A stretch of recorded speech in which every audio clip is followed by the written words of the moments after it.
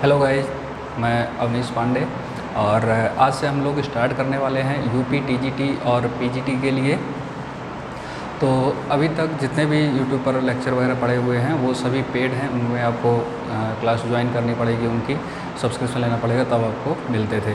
तो हम लोग यहाँ पर पूरा सिलेबस कवर करने वाले हैं और आपको यूट्यूब में पूरा फ्री में मिलेगा, ठीक है। और ये मैं फ़िज़िक्स पढ़ाऊँगा, मेरे और भी फ्रेंड लोग हैं, मेरे साथी हैं जो मेरे साथ में काम करते हैं, कलीग्स मेरे, तो वो आपको केमिस्ट्री, मैथ्स और बायो की क्लासेस वो देंगे आपको। तो आज हम लोग स्टार्ट करते हैं यूपी टीजीटी के लिए। और टीजीटी में मैं फ़िज़िक्स पढ़ाऊँगा, यूपी टीजीटी। और यूपी टीजीटी ये साइंस से होता है,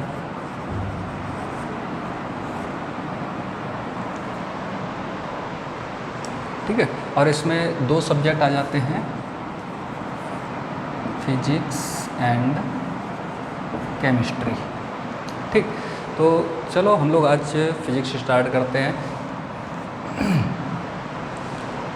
तो वैसे अपन लोग स्टूडेंट तो नहीं हैं और पढ़ने के लिए तो वैसे सारी उम्र स्टूडेंट ही सभी बने रहते हैं, ठीक। तो हम लोग थोड़ा स्पीड से चलते चलेंगे ताकि अपने को ऐसा बोर भी ना हो, क्योंकि हम लोग 11th-12th के तो है नहीं कि एक एक डिटेल अपने को बताना है, ठीक है। तो थोड़ा स्पीड से चलेंगे कि जल्दी कुछ सिलेबस भी अपना कवर हो जाए और कुछ छूटे भी ना। और फिर मैं नेक्स्ट वीडियो में आपको ये किताबें बताऊंगा कि इसमें कौन कौन सी अपने को बेस्ट बुक रहेंगी टीजीटी और पीजीटी के प्रिपरेशन के लिए, ठीक है। चलो तो हम लोग स्टार्ट करते हैं फिजिक्स के लिए।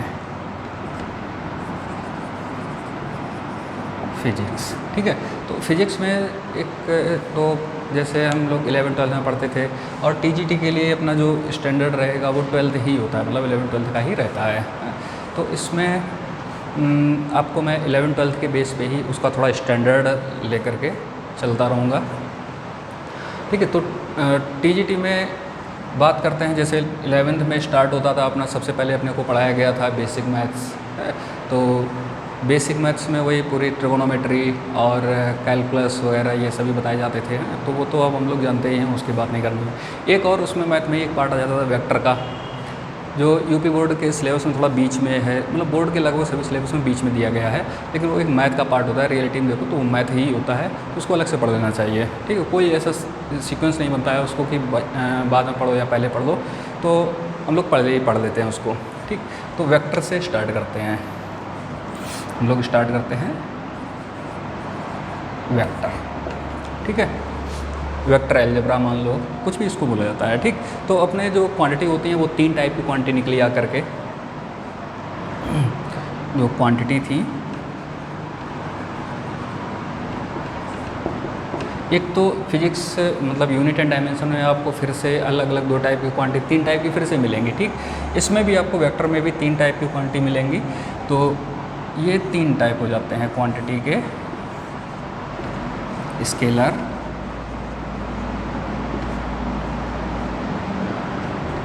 वेक्टर और टेंसर, ठीक है। अच्छा, स्केलर तो हम लोग जानते हैं जिसमें ओनली मैग्नीट्यूड की रिक्वायर हो, स्केलर को सदिश भी बोलते हैं, सदिश ऐसे लिखा जाता है, मालूम नहीं, देख लेना भाई, इसमें हिंदी में थोड़ा सा मिस्टेक हो सकता है। वेक्टर को तो वेक्टर ही बोलते हैं, टेंसर को टेंसर ही बोलते होंगे, ठीक है। तो ऐसे भी समझ सकते हैं, इसको स्केलर ही बना रहने दो, है इतना तो अपने को समझ आता है। स्केलर में होता है ओनली मैग्नीट्यूड, ओनली मैग्नीट्यूड, ठीक है। और वेक्टर में हम सभी लोग जानते हैं magnitude plus direction plus must obey vector laws, ठीक है। कि वेक्टर लॉ को ये ज़रूर ओबे करना चाहिए, जब ये तीनों प्रॉपर्टी होंगी तभी वो क्वांटिटी वेक्टर होगी, ठीक है। अगर ये दोनों क्वांटिटी होंगी तो वो टेंसर बन जाता है, कि अगर किसी क्वांटिटी में मैग्नीट्यूड है और डायरेक्शन है, लेकिन वो वेक्टर लॉ को भी नहीं करता है, ठीक है, तो वो टेंसर में जाता है, ठीक। तो इस तरह से अपने पास 3 क्वांटिटी निकल करके आती हैं, ठीक।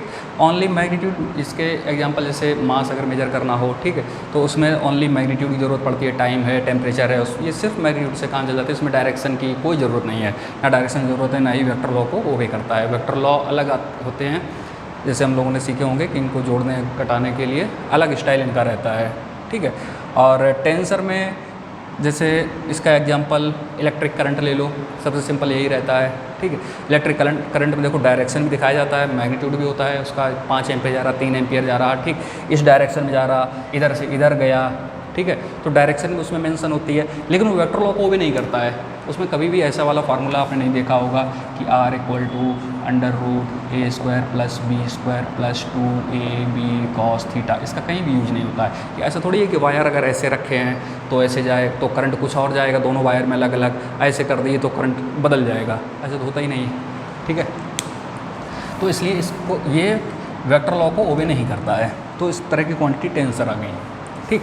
अगर अपने क्वेश्चन में जैसे इलेक्ट्रिक करंट का ही पूछा गया कि इलेक्ट्रिक करंट कैसी क्वांटिटी है, तो इलेक्ट्रिक करंट तो रियलिटी में तो टेंसर क्वांटिटी है, लेकिन अगर कहीं ऑप्शन में टेंसर ना हो, ठीक है, तो हम स्केलर टिक करते हैं, ठीक। वेक्टर तो कभी नहीं कर सकते हैं, क्योंकि वेक्टर होने के लिए मस्ट कंडीशन होती है, ये तीनों रूल फॉलो होने चाहिए, उसके तीनों जो ये लॉ हैं ये तीनों ही फॉलो करेगा तभी वेक्टर होगा। अगर उसमें से एक भी डिस्टर्ब है तो वेक्टर नहीं हो सकता है, ठीक है। चलो, तो इतनी बातें अपने को समझ आई। ओके, चलो नेक्स्ट देखते हैं। चलो, तो नेक्स्ट पॉइंट अपना आता है कि वेक्टर के रिप्रेजेंटेशन एक तो होते हैं, रिप्रेजेंटेशन के लिए हम लोग जानते ही हैं कि इसको वेक्टर के रिप्रेजेंटेशन 2 तरह से करते हैं, एक ग्राफिकल होता है और एक सिंबॉलिक, ठीक है। सिंबॉलिक और ग्राफिकल।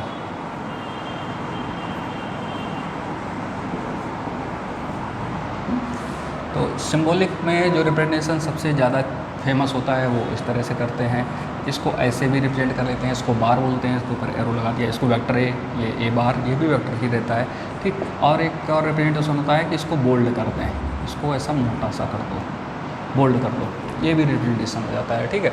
ग्राफिकल का यूज नहीं आता है, इससे इसके यूज से हम बचते हैं। इसमें लंबी लंबी लाइनें अपने को खींचनी पड़ती हैं, जैसे 100 न्यूटन को दिखाना है तो ये एक हेड होता है, हेड दिखाता है कि फोर्स का डायरेक्शन इधर है, ठीक है, तो हेड डायरेक्शन दिखाता है, टेल उसके पीछे ओरिजिन पॉइंट दिखाता है, ठीक है, कहाँ से फोर्स अप्लाइड है, ओके।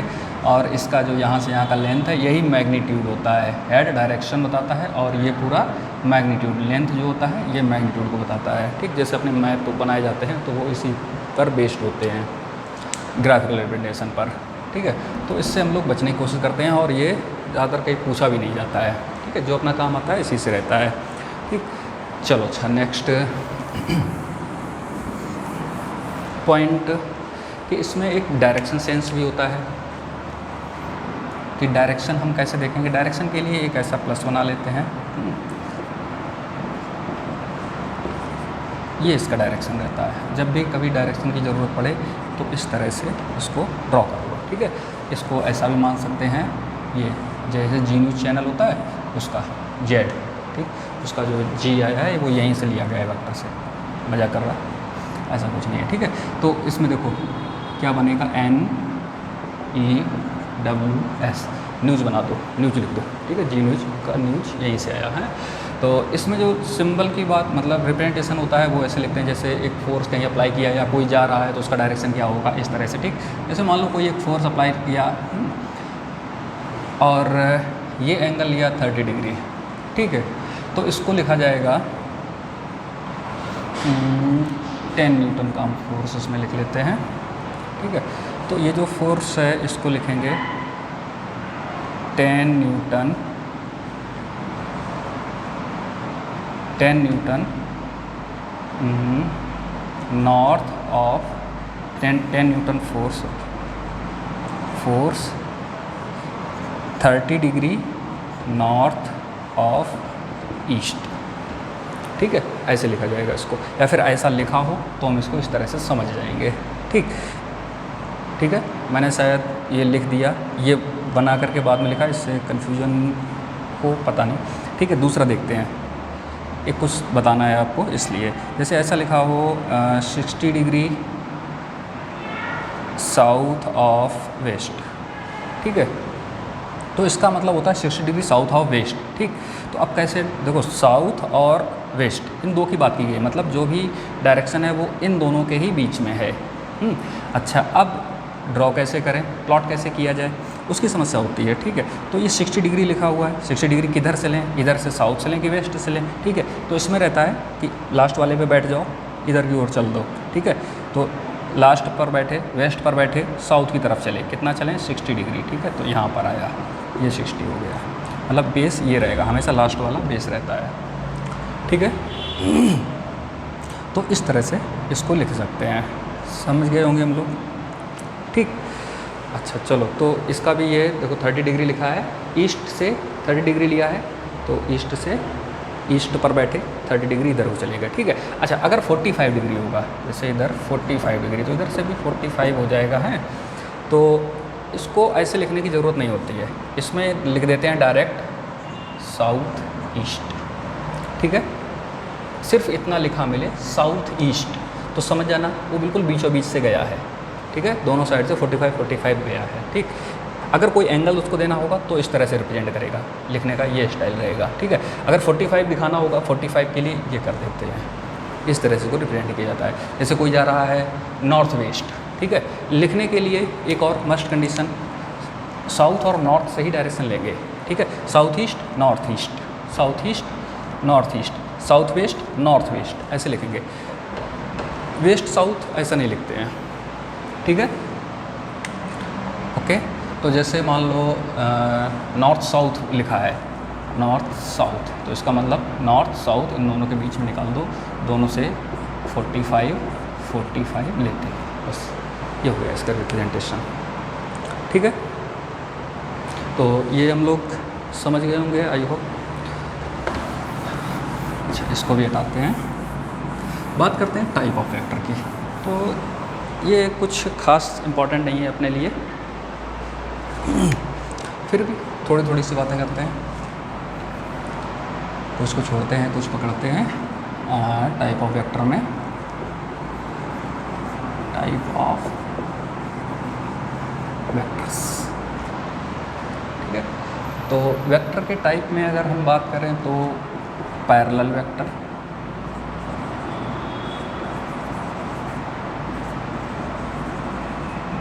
पैरेलल वेक्टर, ठीक है। पैरेलल वेक्टर वो होते हैं जो, जैसे एक वेक्टर ए है, दूसरा वेक्टर बी है, ठीक है, दोनों ऐसे चलते चले जा रहे हैं, या फिर ऐसा बोल दो ये इन्फिनिटी पर मीट कर रहे हो, तो वो वेक्टर पैरेलल वेक्टर होते हैं। दूसरे और भी बोल सकते हैं कि इनके बीच का एंगल 0 डिग्री होगा, मतलब कोई भी इनमें एंगल नहीं होगा, ठीक।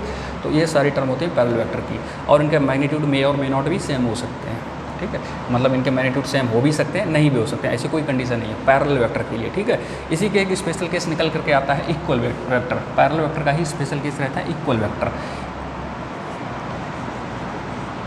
इक्वल वेक्टर, इक्वल वेक्टर में अगर ये दोनों के मैग्नीट्यूड भी सेम हो गए, ठीक है, ये वेक्टर ए और ये वेक्टर बी, दोनों के मैग्नीट्यूड सेम हो गए तो ये इक्वल वेक्टर बन जाते हैं, ठीक है। और मैग्नीट्यूड अगर सेम नहीं है तो पैरेलल ही रहेंगे, इस तरह से अगर, ठीक। दूसरा हो जाता है anti parallel vector,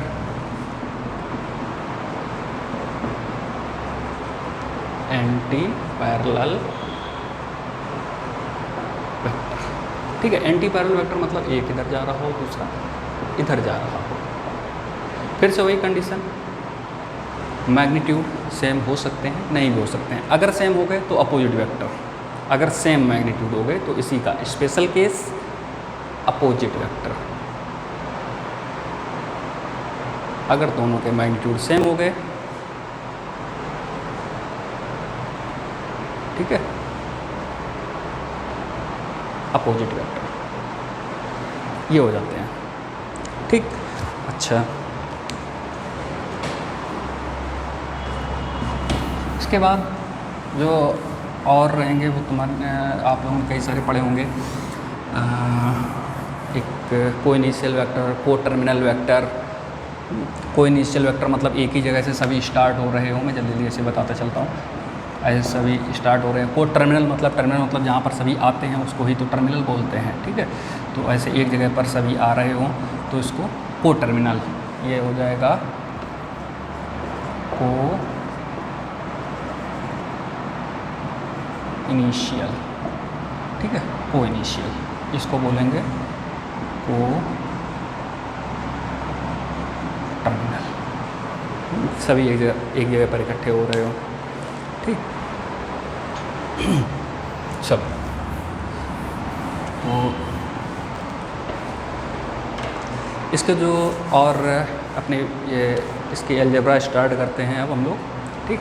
vector algebra वो अब नेक्स्ट लेक्चर में आपको मिलेगी, ठीक है। तो आई होप आप सबको ये समझ आया होगा, ठीक है। Thank you.